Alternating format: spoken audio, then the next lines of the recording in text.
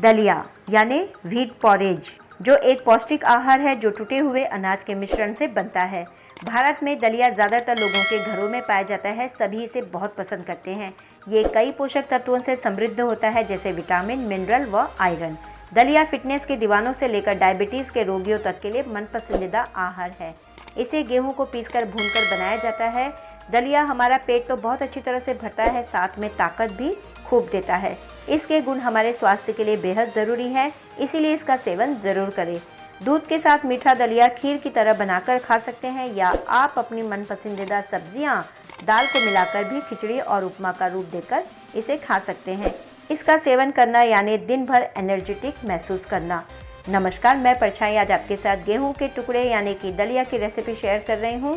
इसे मीठा या नमकीन दोनों तरह से बनाकर खा और खिला सकते हैं, लेकिन नमकीन दलिया हमारे स्वास्थ्य के लिए बेहतर होता है। इसमें कुछ सब्जियों का और दाल का इस्तेमाल करके मैंने इस दलिया को खिचड़ी का रूप देकर बनाया है, जो कि आपको बेहद पसंद आएगा। तो चलिए इस पौष्टिक आहार को फटाफट से बनाकर सभी को एनर्जेटिक महसूस कराते हैं। पसंद आए तो खूब सारा लाइक करना, सभी के साथ शेयर करना। मेरे चैनल में अगर नए हो तो प्यारे से कमेंट के साथ सब्सक्राइब भी कर देना। तो चलिए, तो मैंने नमकीन दलिया बनाने के लिए यहाँ पर 1 कटोरी भरकर दलिया ले लिया है। ये अभी तक मैंने भुना हुआ नहीं है, आप देख सकते हैं, और ये बहुत ही बारीक है, महीन है। आप थोड़ी सी मोटी साइज़ का दलिया जो होता है वो भी ले सकते हैं, लेकिन मैं इसी तरह का ज़्यादातर यूज़ करती हूँ। महीन दलिया जल्द से जल्द पक जाता है और बहुत ही सॉफ्ट होता है, सभी चीज़ों में अच्छी तरह से घुल मिल जाता है। तो इसी कटोरी के माप से अब मैंने यहाँ पर आधी कटोरी के करीब साबुत मूंग ली है, जिसे कि मैंने अभी तक धोया नहीं है। तो इसे अच्छी तरह से 2-3 बार पानी से धोकर 1 घंटे के लिए भिगोने के लिए रखेंगे। अब यहाँ पे मैंने कुछ सब्जियाँ ली हैं, जैसे कि 4 से 5 बीन्स ली है, थोड़े से फ्रेश मटर लिए हैं, एक छोटा सा प्याज लिया है, एक छोटा सा टमाटर लिया है और एक छोटा सा गाजर लिया है। इन्हें भी हम धोकर अच्छी तरह से महीन सा काट कर रख लेंगे। तो देखिए, यहाँ पर मैंने दाल भिगो ली थी, तो 1 घंटे के ऊपर हो चुका है। तो दाल जितनी भीगनी थी भीग गई है, 1 घंटा ही भिगोना है। तो ये हो गई है हमारी दाल तैयार। अब यहाँ पर दलिया जो है मैंने भून कर रख लिया है। तो आप देख सकते हैं ये दलिया अब आपको हल्का हल्का ब्राउन कलर नज़र आ रहा होगा, यानी कि ये मैं धीमी आंच में मैंने इसे 10 से 11 मिनट तक अच्छी तरह से भून लिया है। तो ये देखिए बहुत ही करारे से अच्छे से हो गए हैं। एक छोटा सा टुकड़ा खाकर देखिए, अगर वो दांतों के तले अच्छी तरह से करारापन लग रहा है तो इसका मतलब वो अच्छी तरह से भून चुका है। और यहाँ पर देखिए मैंने कुछ सब्जियाँ भी तैयार कर ली हैं। तो प्याज, टमाटर, बीन्स, गाजर सब मैंने काट कर रख लिया है। और ये 1 चम्मच मैंने अदरक लहसुन का पेस्ट लिया है। और ये देखिए थोड़ा सा कड़ी पत्ता लिया है और थोड़ा सा मैंने कटा हुआ हरा धनिया भी ले लिया है। अब कुकर में हम सबसे पहले भुना हुआ दलिया डाल लेंगे, 1 कटोरी भरकर जो मैंने लिया था। और आधी कटोरी मैंने दाल ली थी, लेकिन ये भीग कर अच्छी तरह से 1 कटोरी बन चुकी है, तो इसे भी मैं डाल चुकी हूँ। अब इसमें डालेंगे पानी। तो पानी मैंने इसी कटोरी के माप से 5 या 6 कटोरी हमें पानी डालना ही है। इतने में 1 सीटी निकालनी है कुकर में। तो ये हमारी ये चीज़ें जो है दलिया और मूंग अच्छी तरह से सॉफ्ट हो जाएंगे। तो दाल के लिए हमें थोड़ा सा पानी ज़्यादा लगेगा, इसलिए मैंने 5 से 6 कटोरी बोला है। आप चाहें तो आप 2 गिलास के करीब डाल सकते हैं। तो ये देखिए पानी की मात्रा, और इसमें मैंने गाय का शुद्ध घी डाल लिया है 1 चम्मच के करीब। घी या तेल आप जो भी यूज़ करना चाहे कर सकते हैं। अब इसे ढकते हुए, मैंने नमक, हल्दी किसी चीज़ का भी यूज़ नहीं किया है, तुरंत इसे गैस पे चढ़ा लिया है और मीडियम आंच में इसमें 1 सीटी आने देंगे। तो देखिए सीटी आ चुकी है। आप कुकर का ठंडा होने का इंतज़ार करेंगे। तो गैस मैं ऑफ़ कर चुकी हूँ।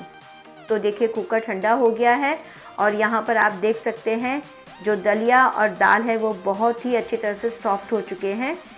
तो आपको मैं एक दाल थोड़ा सा मैश करके बताऊंगी, तो आपको तब समझ में आ जाएगा कि ये कितनी सॉफ्ट हो गई है। 1 सीटी में ये हो जाता है, क्योंकि हमने 1 घंटा इसे भिगो कर रखा था, तो ये पहले ही सॉफ्ट हो चुकी थी। तो ये देखिए अच्छी तरह से मैश हो रहा है, यानी कि ये अच्छी तरह से पक चुका है। अब गैस पर मैं कढ़ाई रख चुकी हूँ और कढ़ाई में मैंने 1 बड़ी चम्मच सरसों तेल का रख लिया है। तो सरसों तेल या आप घी में किसी में भी आप ये खिचड़ी बना सकते हैं। तो तेल अच्छा गर्म होने पर मैंने आधी चम्मच के करीब जीरा डाल लिया है, थोड़ा सा दरदरा हींग भी डाल लिया है 2 पिंच के करीब। अब इसमें डालेंगे एक एक करते हुए सब्जियां। तो सबसे पहले मैंने प्याज को डाल लिया है और गैस की आंच को यहाँ पर मैंने मीडियम टू हाई रखा है। हाई नहीं रखना है, मीडियम टू हाई रखना है। अब प्याज हल्का सा भून गया है तो इसमें मैंने फ्रेश मटर डाल लिए हैं। अब इसे ढकते हुए थोड़ा सा इसे पकने देंगे। तो मटर ऐसे फूटते हैं, इसलिए मैंने इसे ढककर रखा है जिससे कि ये मुझ पर उड़ कर ना आए। तो आप भी इस तरह से संभल के करिएगा। और आंच मैंने मीडियम टू हाई ही रखी है। अब मैंने बीन्स भी डाली है इसमें, तो बीन्स को भी हम इसी तरह से थोड़ी देर भून लेंगे। 1 मिनट तक इसी तरह से चम्मच घुमाते रहेंगे तो सब्जियां तो आराम से पक जाती हैं। अब गाजर भी डाल लिया है। तो इस तरह से सभी सब्जियों को एक एक करते हुए डालकर हम 1-1 मिनट या कुछ सेकंड तक इसी तरह से चम्मच से हिलाते हिलाते इन्हें पकने देंगे, जिससे कि सब्जियां जलेंगी भी नहीं और अच्छी तरह से अधकच्ची पक जाएंगी, यानी कि आधा इन्हें पकाना है। और देखिए अब मैंने टमाटर भी डाल लिया है। अब टमाटर डाला है तो भाई मसाले भी अब डालने ही डालने हैं। तो चलिए अब मसाले भी डालते हैं। तो यहाँ पर मैंने थोड़ा सा हल्दी लिया है। हल्दी आधा चम्मच के करीब भी ले सकते हैं, इससे भी कम ले सकते हैं। और आधी चम्मच के करीब धनिया पाउडर डाला है, थोड़ा सा कम था आधे चम्मच से। और आधी चम्मच के करीब मैंने लाल मिर्च का यूज़ किया है, आप हरी मिर्च का भी यूज़ कर सकते हैं। और नमक मैंने 1.5 चम्मच के करीब डाला है अभी। और थोड़ा सा अदरक लहसुन का पेस्ट भी डाल लिया है। अब इन मसालों को पकाना है, जलाना तो नहीं है। तो अच्छी तरह से पकाने के लिए इसमें थोड़ा सा पानी का यूज़ करेंगे, थोड़ा सा यानी समझिए आधा टेबल स्पून। तो देखिए 1 टेबल स्पून भी चलेगा। तो यहाँ पर मैं डाल चुकी हूँ। अब इन्हें अच्छी तरह से ढकते हुए पकने देंगे करीब 1 मिनट तक लो आंच में। तो चलिए 1 मिनट हो चुका है, तो ढक्कन हटाकर देख लेते हैं। तो सब्ज़ी जो हमने डाली थी, मसाले डाले थे, वो बहुत अच्छी तरह से पक चुके हैं। बहुत अच्छी तरह देखिए मटर तो कैसे पका है कि ये 2 टुकड़े हो रहे हैं और हल्का सा दब रहा है। बस इसे इतना ही पकाना है क्योंकि अभी इसे और भी पकना है। तो मटर ज़्यादा गलने नहीं चाहिए। तो अब मैंने इसमें जो हमने दलिया और साबुत मूंग पकाई थी तो वो उसे डाल रही हूँ मैं अच्छी तरह से। और डालते डालते इसे मिलाते भी रहेंगे, जो कि ये मसालों के साथ बहुत अच्छी तरह से घुल मिल जाए। अब इसे ज़्यादा देर पकाना नहीं है, केवल इसे मिलाना है और 2 मिनट इसे ढककर हम थोड़ा सा पका लेंगे। तो इससे क्या होगा कि जो हमने नमक नहीं डाला था ना दलिया और दाल में, तो वो नमक भी उसमें चला जाएगा और स्वाद अच्छी तरह से आ जाएगा। आप कुकर में थोड़ा सा जो दलिया या दाल लगी थी उसमें थोड़ा सा पानी डालते हुए, यानी कि इसी करछी के हिसाब से मैंने 1.5 चम्मच पानी या 2 चम्मच पानी का यूज़ किया है और वो पूरा कुकर हिलाते हुए मैंने कढ़ाई में डाल दिया है।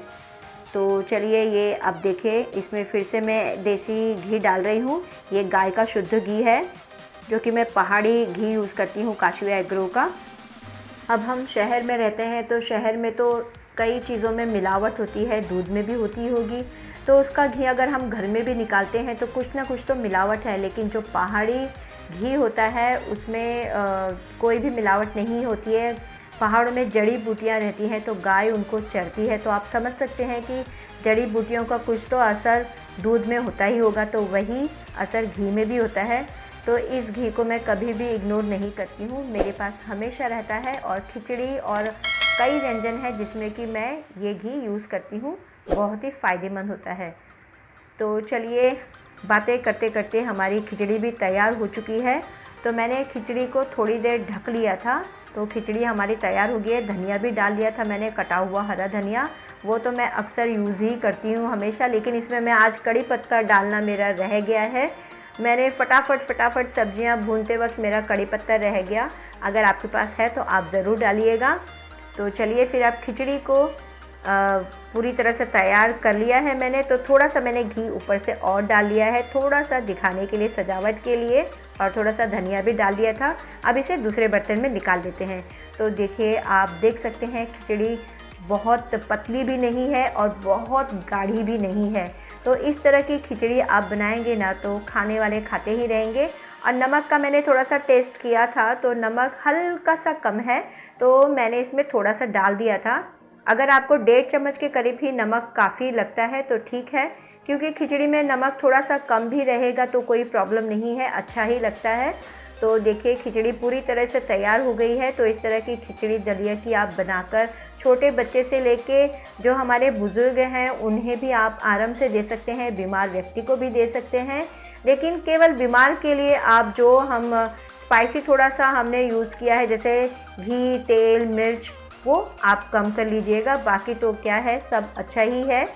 तो चलिए, अब खिचड़ी तो हो गई है तैयार। फटाफट से आइए, खाइए और बताइए कि खिचड़ी कैसी बनी है।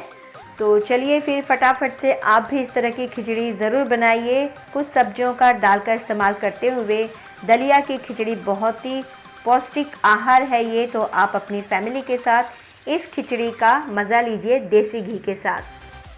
अगर आपको मेरी रेसिपी अच्छी लगी हो, बनाने का तरीका अच्छा और सही लगा हो तो दिल से ढेर सारा लाइक कीजिए, शेयर कीजिए अपनों के साथ, अपने फ्रेंड्स, अपने रिश्तेदारों के साथ। सब्सक्राइब कीजिए और बेल आइकन ज़रूर दबाइए जिससे कि मेरी अगली वीडियो आपके पास जल्द से जल्द पहुंच जाए। अब मिलते हैं नेक्स्ट वीडियो में। इस वीडियो को पूरा देखने के लिए बहुत बहुत धन्यवाद। रेसिपी अच्छी लगने पर दिल से बिना कंजूसाई के कमेंट ज़रूर कीजिए।